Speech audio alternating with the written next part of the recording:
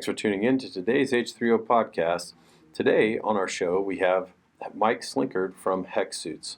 HECS is an acronym for Human Energy Concealment Suits, and we're excited to share this story with you today as we show the multitude of applications that HECS has in the outdoors, as well as recreationally in the new frontiers that they are forging in some other areas. Thanks so much for tuning in. We hope you enjoyed today's episode.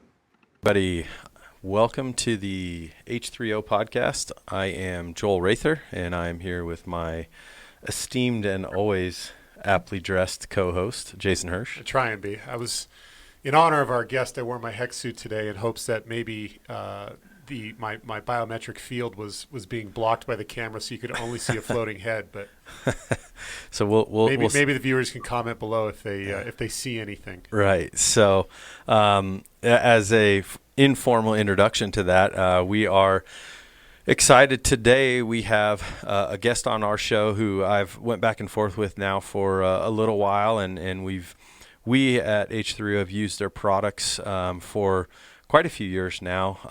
The founder, owner of HECS, Mike Slinkard, is with us today, and we're super excited to have you, Mike. How are you today? Good, guys. How are you? Glad to be here. We're pumped. This is going to be fun. We're excited. Yeah, we appreciate your time. I know you just got back from a couple hunts, and we discussed that a little bit. I know you mentioned some things you're going through physically, so obviously we'll talk maybe a little bit about that as well, and that's always something that we dig into just a little bit. But we want to probably start out by, for those that don't know, just get an introduction to HECS. HECS is an acronym for those that don't know, but I want Mike to kind of talk about what HECS is, a little bit more about you guys, and then I know we've got some questions, some things we're going to kind of file in your direction a little bit, but start out with kind of talking to us a little bit about the technology and tell us a little bit more about what you guys do. Yeah, sure. So HECS is an acronym, as you said. It stands for Human Energy Concealment Systems, and that's pretty much what we do. For those that aren't familiar with us, we have a patented technology that's been around actually since 2010 now in the hunting world. But what our technology does actually blocks the electrical fields that your body emits. So all living beings, emit an electrical field. It's an extreme low frequency electrical field, and it's through heart rate and muscle movement. So the electricity that it takes to actually move the muscles, a lot of people don't realize this, but that actually travels outside your body. And then, of course, the electricity that your heart creates travels outside your body. It's been measured for years, and what we know now and for what we do is that animals are very sensitive to it, depending on the species. But, pretty much all the animals that we hunt are actually somewhat sensitive to these fields. Birds, for instance, actually see them visually, and that's well proven now. So like in the turkey woods, we just all got done with turkey hunting. If anybody's ever got on our website, or if you haven't, I encourage you to.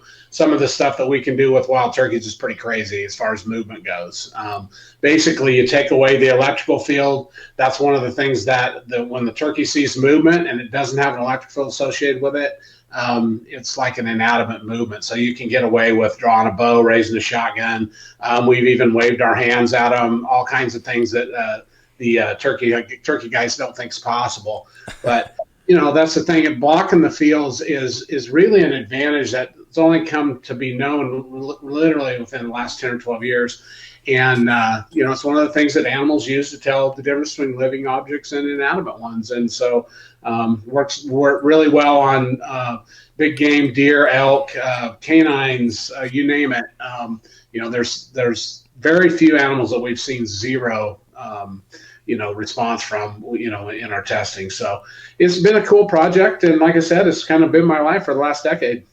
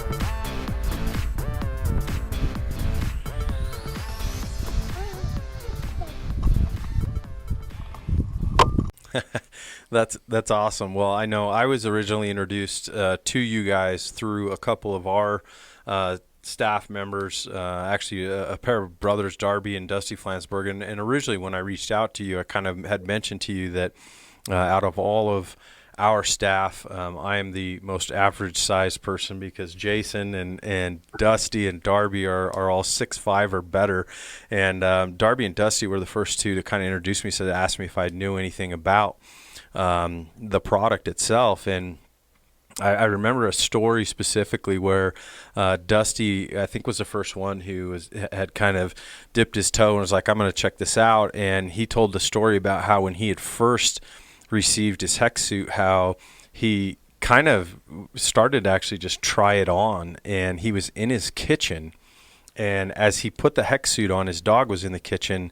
And when he put the bottoms on and then he put the tops on, he said that the more that he kind of assembled the suit, the more his dog kind of started turning his head and looking at him really funny. And he goes, it was just the oddest thing because you could tell he was really just kind of thrown off by the putting the suit on, and was kind of looking at him like, what in the world is going on here? And so I think the curiosity is probably the one thing that at first glance a lot of people start to have some kind of interest in that. They want to know, does the technology work? And I think my first question to you is like, how did you even come upon, the idea, or where did you stumble upon this as something that obviously now is, a full-scale product in the company itself? Like, where did that process for you start? Well, it's actually, I'm going to back up a little on your comment about dogs real quick because, it's interesting that you say that, because it is one of the most common things that we hear from people when they first put it on, is that, their dog is sort of a little unsure about them. In 2016, there was actually a full research study done on vision, on canine vision, and how canines are actually using the electrical field to hunt and visually as well. And they found the same molecule in canines, in the eyes of canines, that they found in birds that they've actually already tied to this visual electroreception. And so dogs and canines are one of the most, they're one of the most sensitive to these electrical fields. So, it doesn't surprise me that you mentioned that. It's one of the things we hear all the time. But there's actually real science backing that up now as well. And our technology actually helped bring that along. But anyway, back to your main question. I grew up very, very rural Eastern Oregon. Our town has our county has about 3,000 people in it. We have one stoplight. But what we do have a lot of is wildlife. And I grew up, my grandfather and my uncle were cattle ranchers, so I was around animals my whole life. And the old timers, back when I was a kid, my grandpa particularly, he was a big horse guy. And he said, that horse knows what you're thinking, whether you know it or not. And, he always said, if you can stay calm and relaxed, no matter how you look outwardly, if you can keep calm and inside, you're going to have better luck with those horses. And, that stuck with me for a long time. And back about 2006, 2007, I guess, I actually owned a company called Winner's Choice Bowstrings at the time. And we were filming a lot of hunts and things like that. And we actually had filmed a big mule deer buck out in Wyoming, was stalking down. I had probably a 20-mile-an-hour wind in my face. Everything is as perfect as it could get. I'm about 25 or 30 yards from this buck, and he's laying down in his bed. I'm getting to full draw, everything like that. But the deer jumps up, goes probably 10 feet down the hill, it's real steep, and he stopped. But on camera, you can actually see that deer's looking around. He doesn't know what spooked him, but he knows there's something there. Right. And as hunters, we've all seen that when you get close to an animal, it's usually not very long, and that body language is going to change, and usually they're not going to stay around for a real long time when you're super close. So that was what kind of started the whole, what's causing this question. I don't really believe in magic. I think there's a cause for everything, and we sort of got on this. Why is that the case? Why, when you get close to animals, they know you're there after a short time. And we started digging around originally on Google, really, just seeing what was there. And we kind of got on this tangent of electrical fields and electromagnetic energy that's being produced by the body. And if you look at that, what the body produces is an extreme low frequency electromagnetic field, and it's very similar to the electromagnetic field of the Earth. And there have been a lot of studies on how internal compass works in all kinds of wildlife, fish, birds, everything. And that was kind of the aha moment for us, is that we look at that, and if in my mind, if an animal can use something for navigation, there's no reason he couldn't use it for other purposes as well. And that's really where it all came from. Nice. Yeah, I think that's interesting, where you look at problems or theories and things like that, and you start to kind of understand. I think anybody that's probably been into the outdoors, obviously whether they've used or not used a product, has probably experienced that phenomenon, which is that it's always really interesting how an animal has that sense, like you said, and realistically, as you kind of talk about this and start to dig into it, you start to realize that those are the things that really separate us a lot.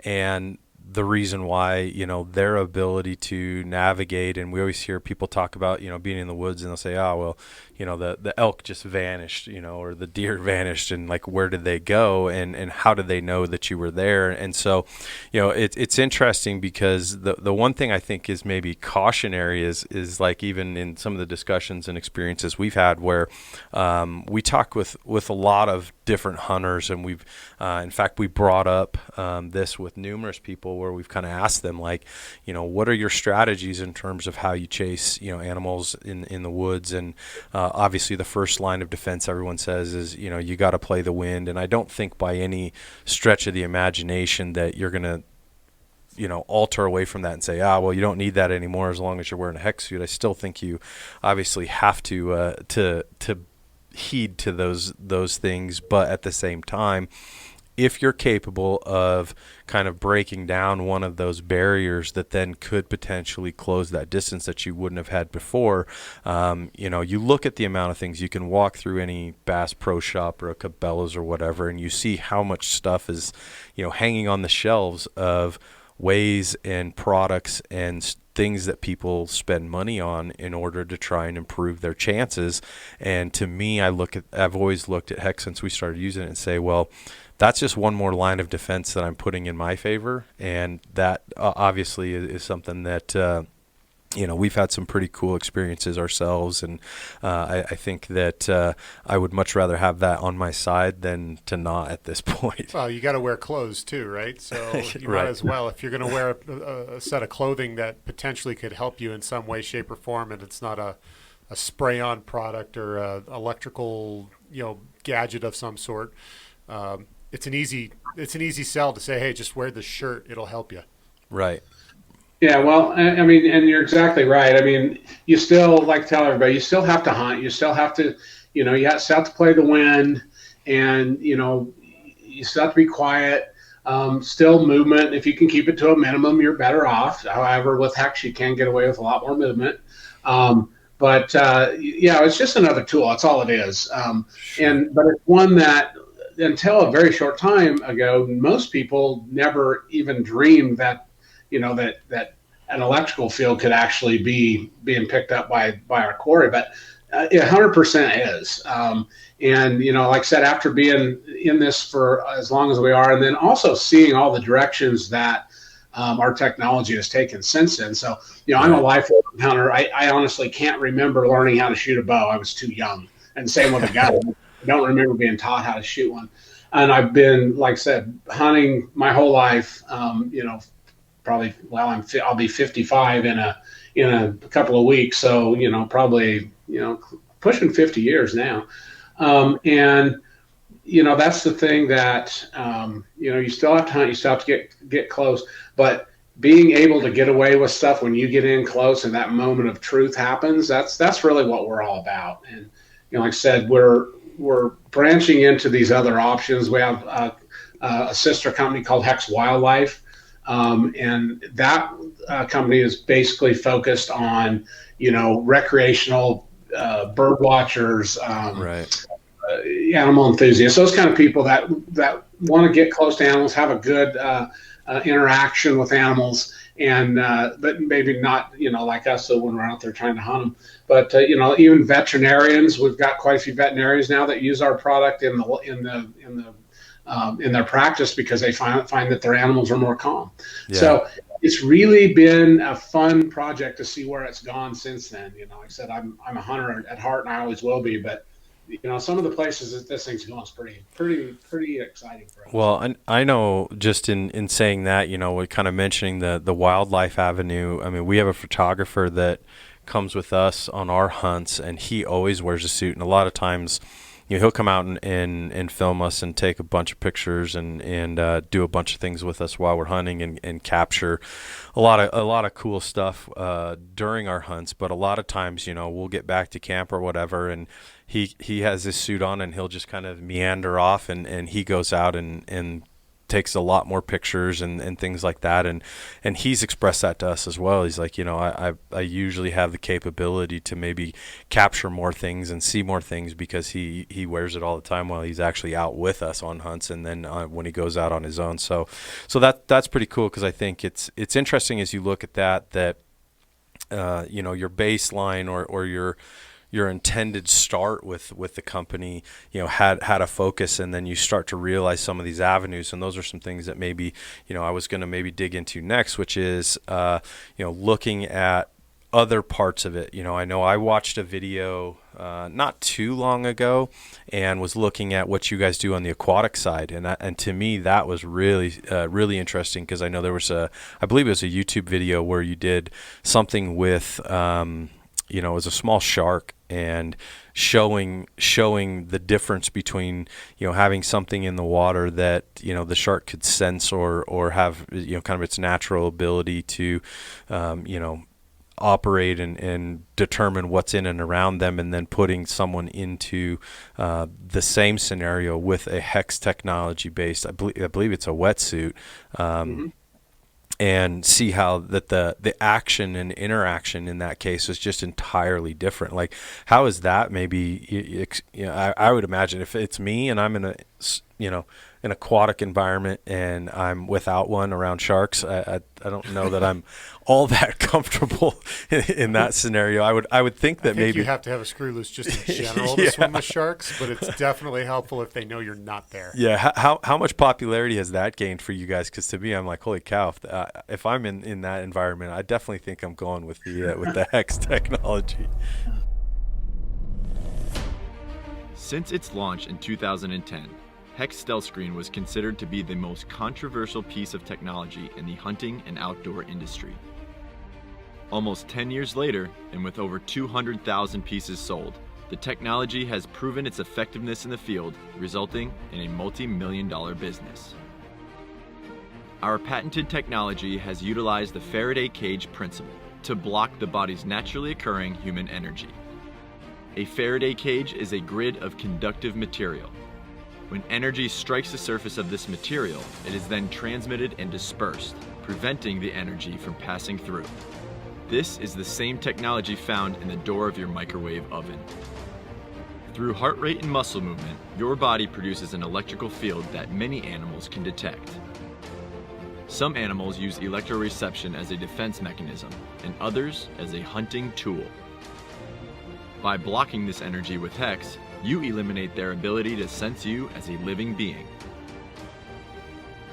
And with an incredible amount of success in the field, we decided to expand the potential of this groundbreaking technology by introducing HECS Aquatic.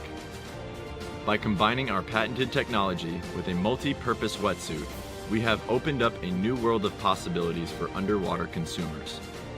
Biologists, spearfishermen, photographers, filmmakers, and hobbyists alike have been coming back with stories of incredible wildlife encounters. Many of these stories involving one animal in particular, sharks. It has been scientifically proven that sharks use electroreception. And being one of the most feared animals on the planet, our technology continues to break ground on what we understand about these apex predators. With dozens of features across a number of global platforms, our technology has gained an incredibly positive reputation and has become the go-to suit for some of the world's most popular figures. From land to sea, HECS has changed the way humans interact with wildlife. There is simply nothing quite like it. Well, you know, the aquatic side was really the first place we went outside of hunting, because when you start looking at what the world knows about electromagnetic fields, and electroreception is really the term for it. I mean, sharks and rays are going to come out first, number one, before anything else. And sharks have an organ called the ampulla of Lorenzini. It's actually the most electrically receptive. I mean, we don't even have anything close as human beings that can match what a shark can pick up electrically. And, with all of that knowledge, we decided, well, there ought to be an aquatic, application for this. So through a really long story that we don't have time to get into, I assure you, but we ended up getting a live capture, an Arabian cat shark. Yeah, we mimicked a study from, actually was originally done over in England, and then also the University of Florida did a study as well, where they actually built a probe that emits electrical fields that sharks pick up on, and we kind of built the same sort of gadget, and we were able to, when we put the probe in the water, the shark would go pretty much immediately on a feeding frenzy, pretty much immediately. Then he would attack it and everything else. And so we worked until we got a fabric that we could cover that with that the shark would ignore. And that's how we developed that. Wow. But I can tell you, it's pretty cool when you watch Shark Week on Discovery Channel and got your logo on there, and it's pretty dang cool. Wow. What does that feel like? I mean, you developed a product that, from, your general curiosity, and then you start to, I mean, we're small business owners here in Colorado as well, obviously with H3O, and then we each have our own kind of things that we do on the side. But, from your standpoint, how cool is that when you see like a national media, or even, just the outdoor community in general, starting to embrace something that you put all of this love and passion into?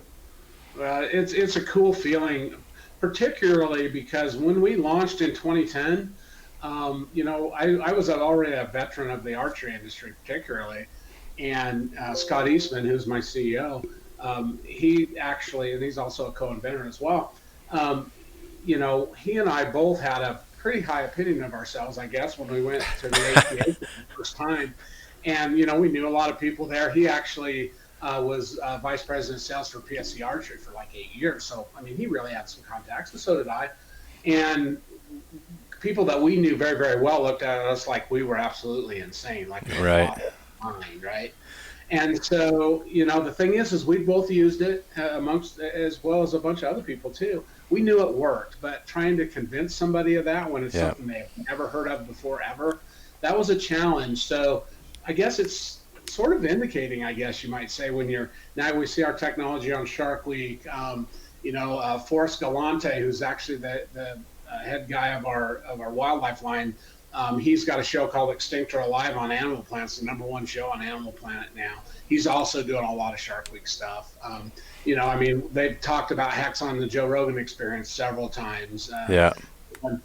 Guys like John Dudley, who's he's in our world, but I've known John for a long time. John actually had one of the very first prototype HECS suits before we were even on the market. So, I've always seen John support you guys. Yeah, that's awesome. Yeah, and like I said, it's kind of vindicating in a way, because we had to get some pretty thick skin in the early days, because we were everything from con artists to snake oil salesmen, you name it, we were called it. Yeah. But interesting thing about our product, and I'm really proud of it, and honestly, it's surprising, is that of all the thousands and thousands of suits we've sold now, we almost never get anybody who says it doesn't work. if we do, 99.9% of the time, somebody has some kind of unrealistic expectation. Like, Yeah. I had a guy call me up and he says, "Well, your suit doesn't work." I said, "Well, can you tell me, what kind of scenario?" He said, "Well, I saw some deer in a field and I jumped out of my truck and I walked out." Yeah, you're not invisible. I mean, Right. It's not a cloaking device. It's just a t-shirt and a pair of pants. You're not trying to start petting farms. Exactly. But, like I said, the technology's real. It's really proven now. And like I said, we're going great places with it. It's exciting. And like I said, kind of vindicating from those early days. I remember the first 3 or 4 years, boy, if you wanted to believe what everybody was telling you, you were the craziest guy in the world. Right. And I can only imagine. And I still think, just based on historically, people that have hunted their whole life and they look at some of these things and their immediate responses are like you said, is this all just, marketing? Is it, like you said, snake oil and smoke and mirrors and those types of things? And I think, just even amongst ourselves, I mean, we've had numerous conversations with people. I can recall one recently with a friend of mine. He's like, there's no way, like that doesn't, there's, I'm not buying that and all this. And I think that the long and short of it is there's a part of me that says, okay, that's fine. I'm okay with that. If you don't want to try it, if it's not your thing, if you don't believe in it, I'm not going to force it down anyone's throat. But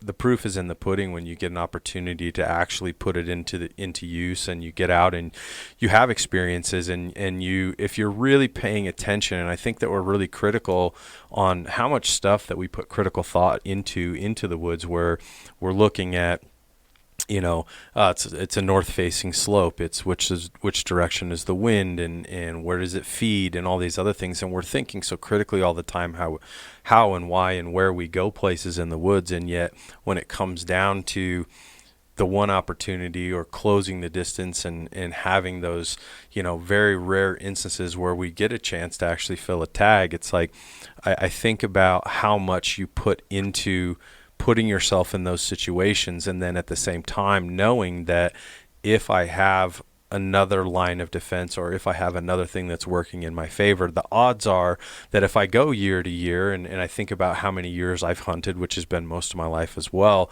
that I like the thought, or like the belief, or knowing that the chances of those encounters being more successful, or that distance being closed from 60 to 40 or whatever that might be, that I'm probably going to have a lot better stories to tell, as opposed to the number of stories that'll be we were close but it didn't happen. And so I think that that speaks a lot for for what you guys do, and at the same time just further supports the fact that I'm definitely going to always be on the HECS side of the fence in terms of giving myself those opportunities. So moving on, some of the things I know, questions that I have, and some things that I, as we're kind of scrolling through and looking more, even just into the website, I know you guys have a lot of new developments. So I think one of the things that maybe comes to my mind is, I've had my suit for probably 5 years or so.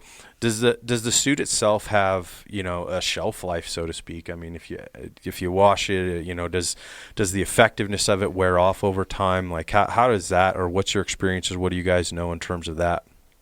Yeah, so like everything, there is a shelf life, but it's a pretty long one on ours, and it really has to do with how you take care of it and how much use. It's kind of like anything else.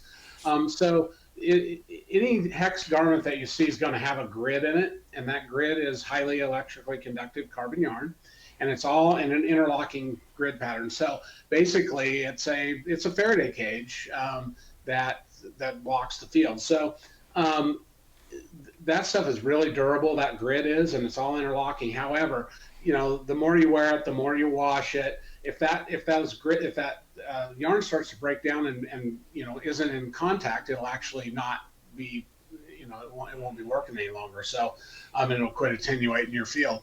So for most people, I tell them, you've got about a 5-year life on it. However, with that said, there's still guys using the original HECS suits that we did back in 2010, and they're still working. And I actually offer a service for everybody that if they ever have a doubt, wondering if their suit's working, send it in. We have our EMR meter that will run it over.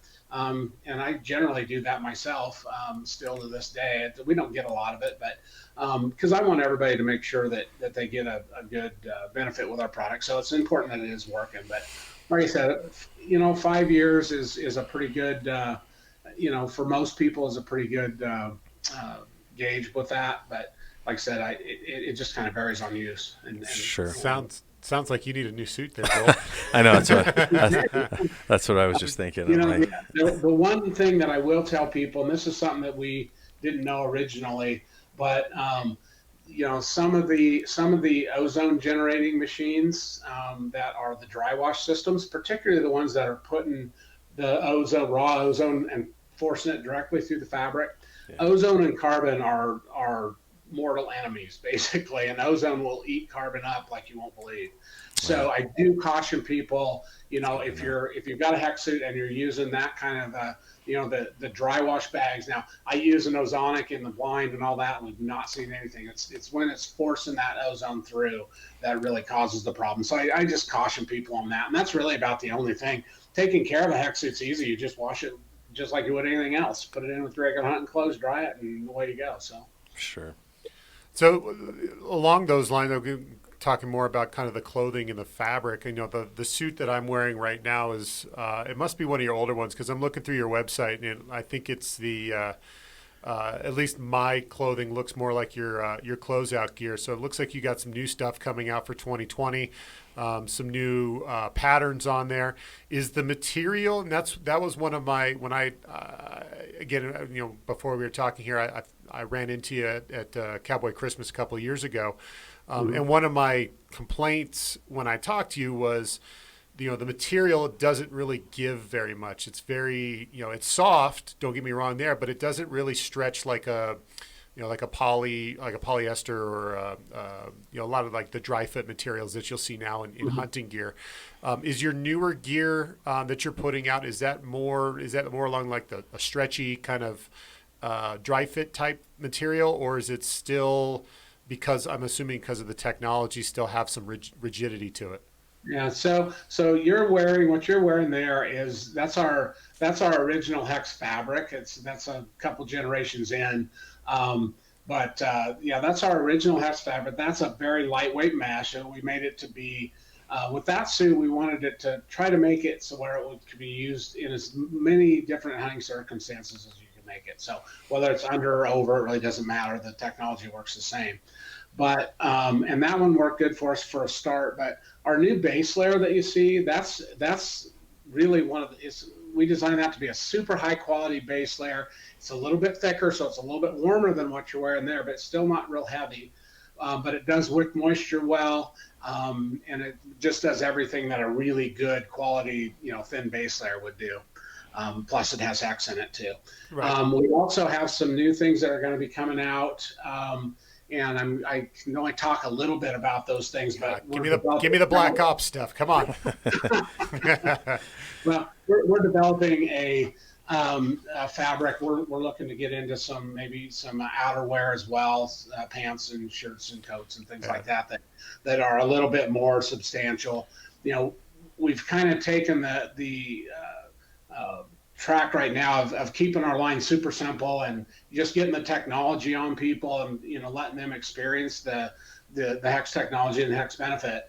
And now we're launching into a bigger product line that not only does that, but also it's functional for the other things that we wear clothing for as well. So. Yeah, that kind of bleeds into my next question in regards to that too, is have you ever thought about licensing the technology to, bigger clothing brands to get more of that HECS technology into the hands of everyday consumers?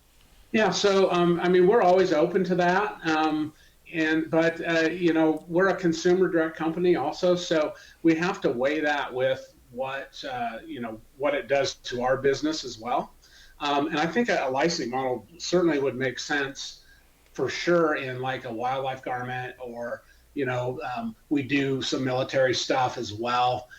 Some things like that. I'm pretty defensive of the hunting market though, because that's where all my passion lies. And so, yeah, we would definitely be open to that. We did one little licensing foray with Game Hide a few years ago that, it was okay, but what we found was it was actually maybe hurting us more because we would rather just sell it directly to the customer. And when we made the switch to pretty much 100% consumer direct, that was kind of one of those things that pushed us in that direction. Yeah, and I think that was probably the first thing that I noticed as I started shopping and looking for the product, was that because you guys are consumer direct, you're not going to find it at most of your retailers and things like that. In fact, I think when I looked, and this has been a long time ago, there was like one place in Colorado that actually sold it. And so for those of you at home that are kind of looking and wondering like, can you go pick it up at Cabela's or whatever else, that's kind of the reason why, that you probably won't find it at your local hunting shop or anything like that. It's just because of, how you guys have kind of modeled the company in itself. I went to the website, so yeah, it's not that hard. Yeah, no, you guys are pretty quick about it too. Yeah. Like I said, this, we originally started out with a dealer model and all that, and we still have some dealers, a few, but they're basically not allowed to sell online. They can sell in brick and mortar stores. We will allow some selling on their own websites, but no third party Amazon, anything like that. We did that. What we found was we're basically selling against ourselves all the time online. Right. We've actually turned down all the box stores. We've turned down Cabela's, Sportsman's Warehouse, Shields, Bass Pro, you name it. We've turned them all down because, when we made this move to consumer direct, that model, it really, to us, it feels like whether you like it or hate it. And I can't say that it's my favorite thing, but I mean, let's face it, Amazon's kind of changed the way we shop. Oh, for sure. Buying clothing online used to be something that was, very difficult to do. It's very, very easy now. We offer a fit guarantee. So if you get it and it doesn't fit you, we'll figure out how to make it fit you, even if you're 6'8". I understand. I've made some adjustments in how I wear it. I mean, if you look at me, like, that's basically as long as the sleeve goes on my arm. And my pants, I have to roll up about mid calf and tuck them into my socks, so it actually looks like a pair of golfing knickers more than it does a hunting suit. But it works for me, and it makes it more comfortable. So. Well, and again, we're expanding the line into some new products and also more sizes as well. Because, like I said, when we started out, we had to try to hit the 80% of the market. Sure. And get it proven and all that. Now, 10 years in, we're kind of past all that. Now we're going to be focusing on making things that people want to wear for even everyday wear in our wildlife line, because that won't necessarily be a camo product line. Yeah. So kind of maybe a slight switching gears here, because just within our training facility and some of the things that I do outside of the hunting world, I have a pretty good connectivity into the military and the tactical side. I noticed that you guys, if we go to your website, you said kind of coming soon or whatever, you guys are starting to potentially break into there. How is that? And obviously you don't have to speak specifically about that, but it makes a lot of sense in today's age of technology, and you see how typically, I mean, the military is usually a few steps ahead of us and what's available to them. As soon as I kind of put two and two together on that, I thought that's a really, what seems like a great fit for you guys as a new emerging space to push the technology. As we wound down our conversation with Mike today, unfortunately, we had a little bit of difficulty with our feed. Although, when talking about things related to the military, Mike divulged to us that there wasn't a lot that he could share regarding how the military is using the HECS technology, but very cool to see another area where HECS is forging into new frontiers. We really appreciate you tuning in today. We hope you enjoyed a lot of the videos that we shared, as well as all of the strengthening information that shows how HECS is such a valuable asset to the outdoors and the many applications it applies to. Thanks so much for tuning in, and as always, may your aim be straight and your tags be filled. We'll see you next time.